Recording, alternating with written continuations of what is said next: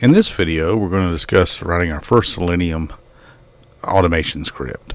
For this video, I'm going to be using PyCharm, Python, Selenium. You can use any one that runs Selenium. There's Visual Studio, IntelliJ, Python, whatever your choice of IDE is. So anyway, let's go ahead and let's go over here to our chart. I've already got PyCharm pulled up, and here's the script in here. Now this particular script I'm running in what I kind of refer to as a linear fashion, meaning that it just kind of, here's all my imports for Selenium that I'm going to need to execute the script, and it's based on the objects that I'll be using for Selenium. Now I've got this import time here. That's just something I'm using just for this test purposes. I do not recommend these type of things in your script because they add unnecessary time to it. I recommend that you try to do more of a wait for element type thing by using the implicit, explicit, or fluent waits that are intrinsic to Selenium. However, for this testing, it'll do it, and I'm going to use them. And also, I will use these on occasion, but I'm very, very cognizant of how many I've used. See, because I've got 1, 2, 3 of them in here, and each one of them here in the blue is how much time it eats up. So I'm already eating up about 6 seconds.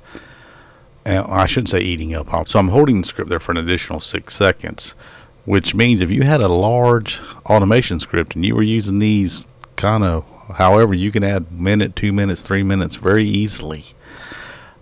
And you may get some times where you got to kind of do them like an unnecessary evil. You got to just put a little pause here. Now, if you notice around on the script as we get into it, these are around the pop-ups windows, the little cookie pop-ups. When you go to a website and it says, hey, do you accept or decline the cookies?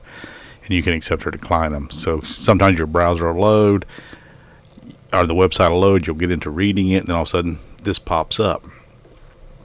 Well, that can cause a little bit of problems in Selenium because to Selenium, the page is already loaded, and you're going down, and then this pop-up pops, and unless you were aware of it, know it, and you say, hey, when this thing pops, we need to handle this. So I put the little time sleep there to give it just a little bit of time to sleep. It's simple. It'll be, if you're new to Selenium, this will really help you a lot for understanding how things that you can put little pauses like this. But if you're doing this, I don't recommend you do it out in the real world, especially when you get a lot of scripts going.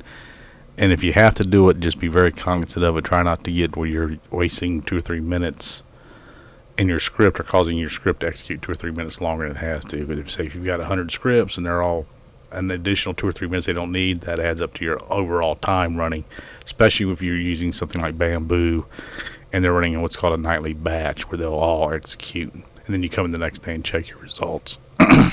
But let's go ahead and get into this script here.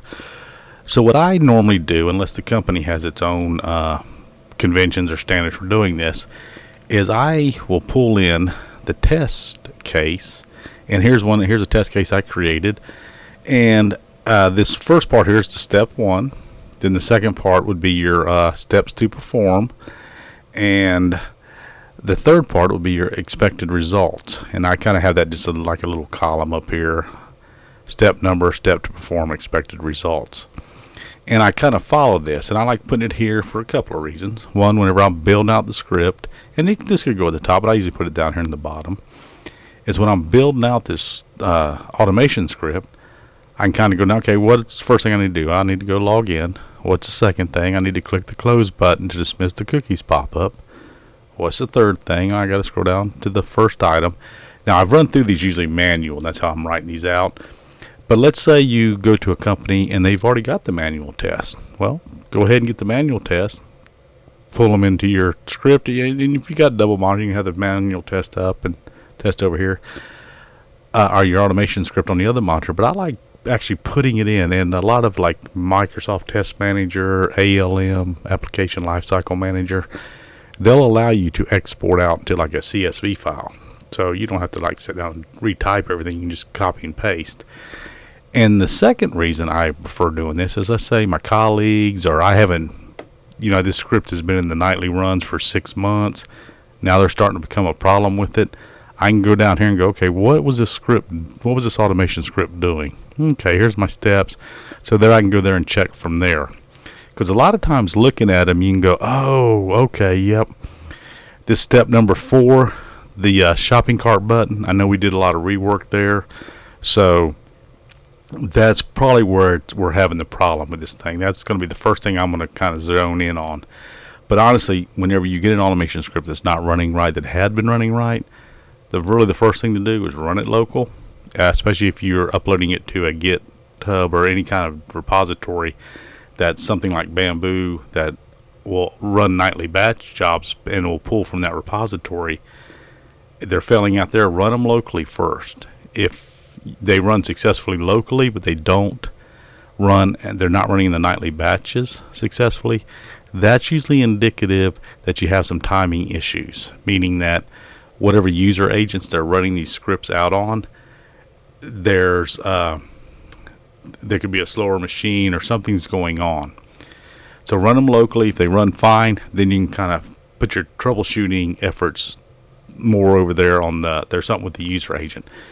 If they don't run locally, if they're failing locally as well, then that'll allow you to narrow down what you need to do here. But so here's my test case. I've got my steps 1 through 5, and so I go up here and I put little comment sections, and this is just how you comment out in Python, just a little hashtag, and C#, I believe, is a // double slash star / for a paragraph. Same thing here, but so I do the step 1, load the hydraulics page, and I go WebDriver comment, and this is where I'm getting my URL. Then I do this little print step 1, and this puts it in the terminal page down here when it runs. And what that terminal page will do will show me which steps by doing that print. Okay, step 1 succeeded, step 2, I'm not after step 2, everything. There's nothing there, so then I can go right to step 3 and say, okay, I'll start here and see where the problem is. So based on these steps, if you notice, they're kind of pretty close to what was in the test case that I had down below. But I move them up to here, and then I put a print with them, especially when I'm designing a test case. After I design, I got things running pretty good. I may remove these because you can also hook up a logging thing that will actually throw these out to a log file. And we get more into the frameworks, we'll discuss more about how that's all set up to run. Because you're not really going to run, when you're at a company and you're doing a lot of automation scripts, you're not going to run them in these linear fashions. You're going to be in some type of framework. And after we kind of get through here, we'll discuss, I'll just briefly touch what frameworks are. And once you kind of see what frameworks are, you go, oh, okay, it makes sense. Okay, so let's go ahead and walk down through. So step 1, we're getting the URL. See, step 2, we're clicking the close button to dismiss the cookies pop-up if it displays. Oh, and before I go too far, this driver maximize windows, I generally use this all the time. And you'll see here when we execute this script that when it pops up, it kind of comes up with like a little vertical window. And it'll stay like that running. And when you have a responsive designed website, all the elements shift and it'll push things down and up and stuff. So that can break issues with your Selenium script. So you do this driver.maximize and it always forces it to maximize. Because at this point in your automation, you're just testing that the elements on there are doing what they're supposed to do. If you're running functional tests or regression tests, you're not really automation testing the responsiveness of it. When you want to test the responsiveness of it, you can go, well, these are the people that are on different devices, and I want to test that our website handles what it should, it looks like it should. And it's mainly when you're doing UI, GUI tests and things of that nature, or UI tests, UX tests, I think they call them nowadays, the user experience. So So I do the maximize here, but then, okay, we go down to step 2. We click the close button to dismiss the cookies pop-up if it displays. And, of course, we do a print here. Pop-up is present. Click the close button. Pop-up is dismissed. And then we go to step 3, scroll down to the first item. And this is one, I'm going to have this code out on GitHub, and you can pull it down. I should say I have the script out on Code Hub. You can pull it down. Just copy it right out of there and place it into the IDE of your choice that you're using. Other than these import section, well, the Selenium one should be pretty spot on, but it's maybe a different way of doing it. The import time, I think if you're in C#, it's going to be the time dots or thread dot sleep function as opposed to just time. This is what Python is. It's very easy to set up.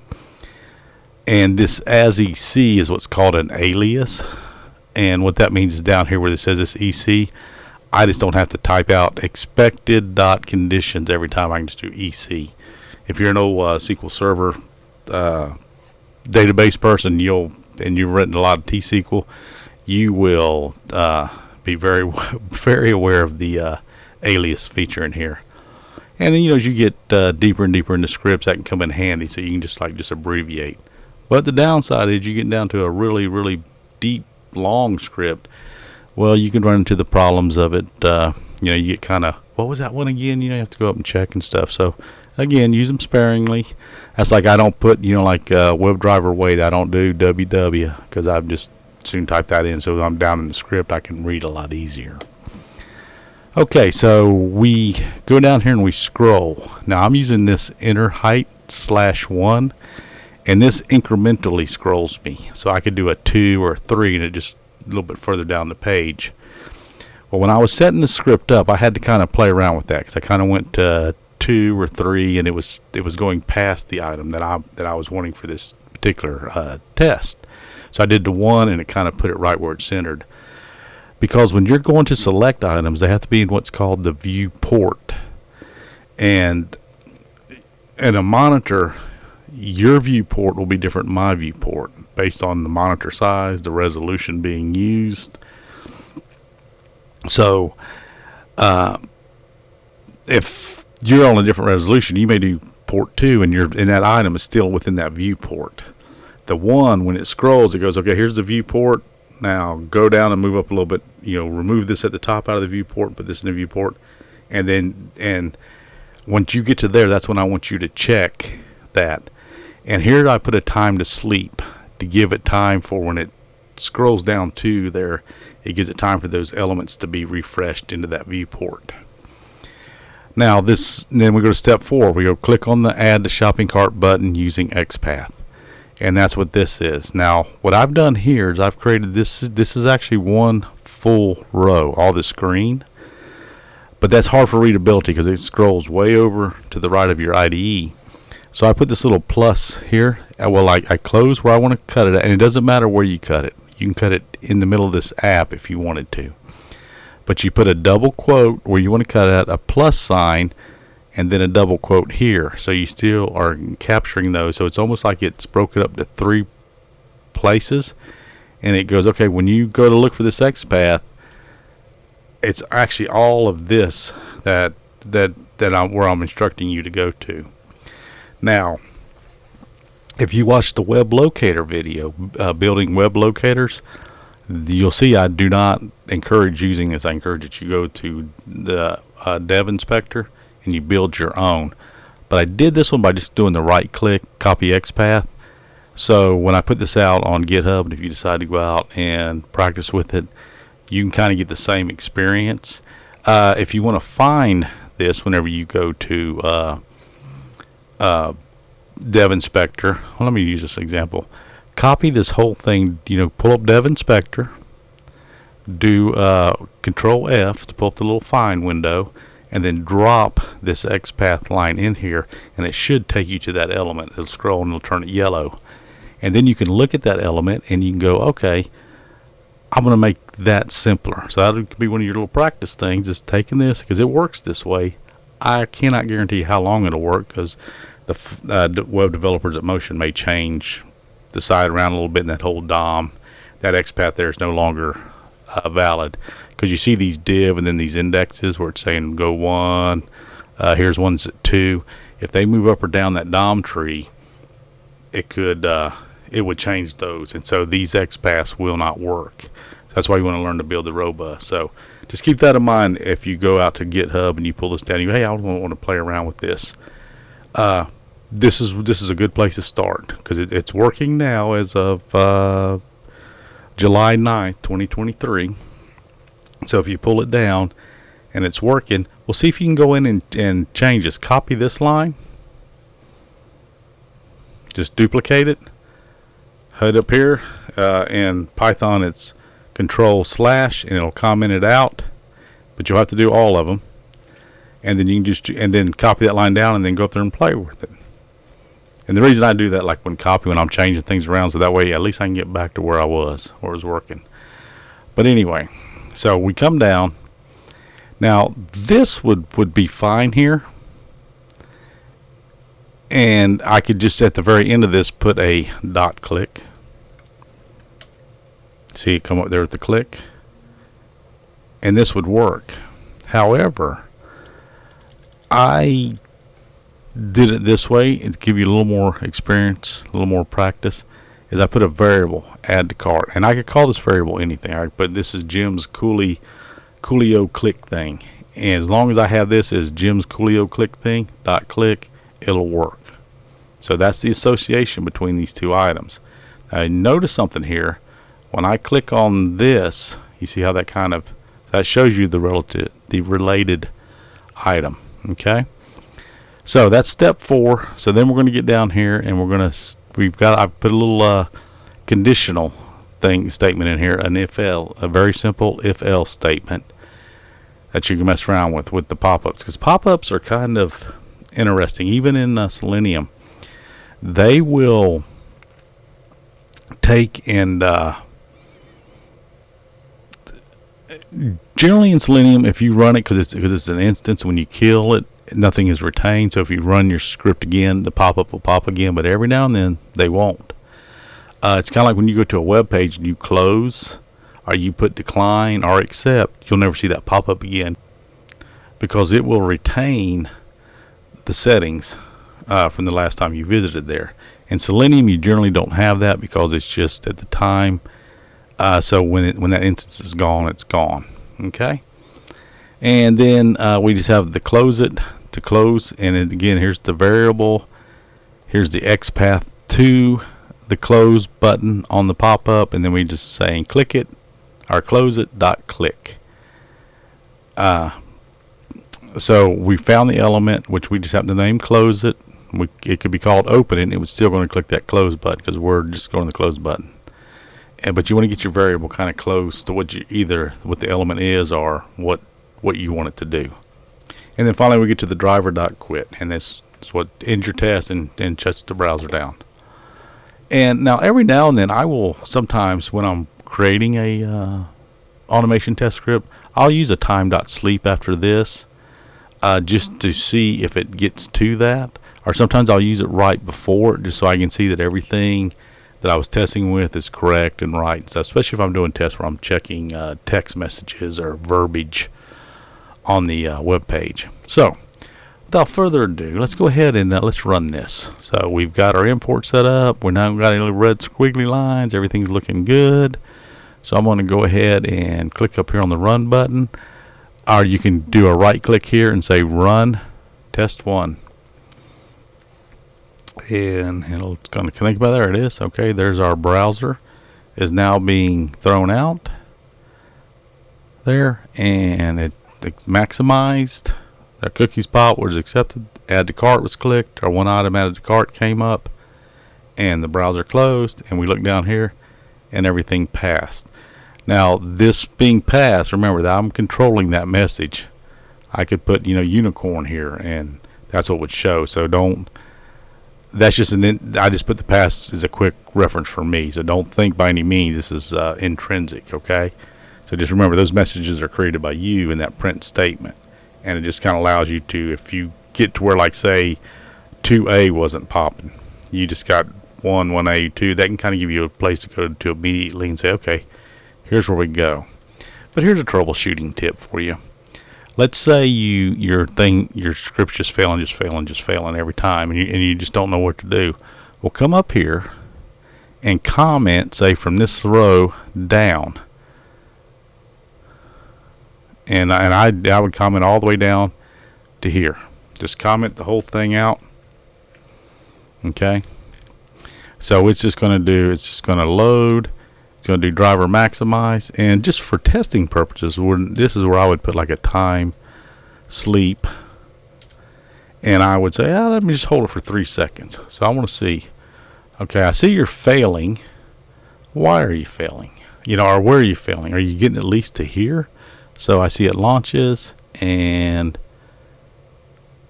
the cookies are there. Okay, it maximizes, it holds the cookies, and now it should sit there for about 3 seconds, and then it'll just close down itself. Okay, I've got that. So then I would come down and I would just start uncommenting, say, let's do step 2. And we're going to get right to there. Okay, right before step 3. I'm going to uncomment that. And let's see what happens here. I'm going to run this test again. Do I get to step 3? There it runs, pops. Notice the cookies didn't pop that time. Oh, there it is. See, it was late. That's why that time to sleep comes in there. Oh, actually, it was late because of me, because I put that extra time to sleep. That's why you gotta be careful with those time to sleeps. Okay. In this section, let's discuss the real cons of doing your test this way. If you notice in this automation test script, I've got it all linear. Step. It does everything. It launches the URL. It locates the pages. It performs the actions and the clicks. Well, the downside to doing this, if you're doing it this way as opposed to using a framework, is let's say you have 50 of these tests, and the shopping cart button is changed. Well, you've got to go into 50 tests and update this XPath to whatever it is, or just update the web locator, regardless if you're using XPath or what have you. So you see where that could be high maintenance time, and especially let's say you've got the pages set up and you're logging in, so you're passing password credentials. Well, you've got to go into each one of those and change the password or change the login ID, whatever the change was for the login. So that can really become a big nuisance and just a big headache to maintain this. And if you multiply that, say, oh gosh, we've been doing this for 2 years, we've got 2,000 tests running.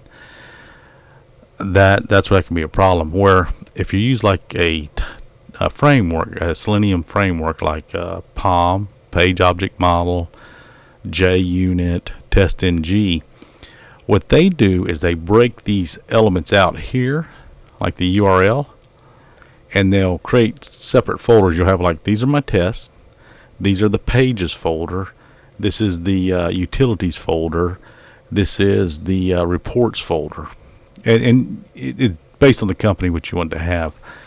But for all like you go to each page, like the hydraulics page, all the elements that you are identifying, you put them in the pages folder, and then over here in your test, you don't put this, you put by XPath, or you do the add to cart driver find element, and then you put a kind of a variable referencing that page, and each like I do Python, so I would actually do an import up here, the page name.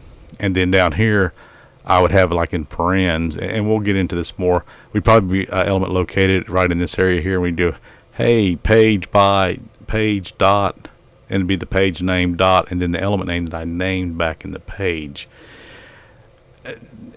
So you see that, let's say that then that locator changes, then I can go back just into the pages page and change that locator in one place, and then all my tests refer to it. Now, if you're like me, that kind of having that visual may be a little confusing, but don't worry, we're going to get into that when we start doing the framework videos. and we'll really show you how it breaks that out, and we'll do very simple ones like this just so you can get the idea. But for now, if you're just starting into automation and scripting, what I recommend you do is use this simple little script right here. Play with it. You can actually take this URL, change it to another web page somewhere else. Then you can come down here and you can just play with these. But what I suggest for your practice, first thing, go in here and build this XPath out properly for all these XPaths that I have in here. Okay, don't do the right click copy XPath. Go out to the page in Chrome, outside of your automation stuff. Just open up Chrome, go up to this URL, right click somewhere in the page and put inspect, and then when that inspector pops up, do a Control F and drop this in. Let's do this on a single line. You'll have to remove this and make that single line, but then just drop this in, see where it takes you to, and wherever it takes you to, take and look at that element and say, okay, how can I write this correctly? And then you can do like / div parens text contains, and that's all in that locator, in that intro locator, and we'll get heavier into XPath. But you can do that for name, ID, partial link text, all of it. Okay, so just do that as your practice. So I think we'll go ahead and wrap this video up now here, and just keep in mind this script here will be out on GitHub. There'll be a link in the description, so free to use this however you want to. Have fun with it. Just keep the original, so if something happens. So if you're on a different IDE than I am, your imports and stuff like that may change, but it'll be very minor. But other than that, you should be able to just almost select this, cut and paste it, and I will remove this extra time I put in there. Okay, there you go. All right, so I think we'll wrap that video up here. I hope you got something out of this, and thank you for watching.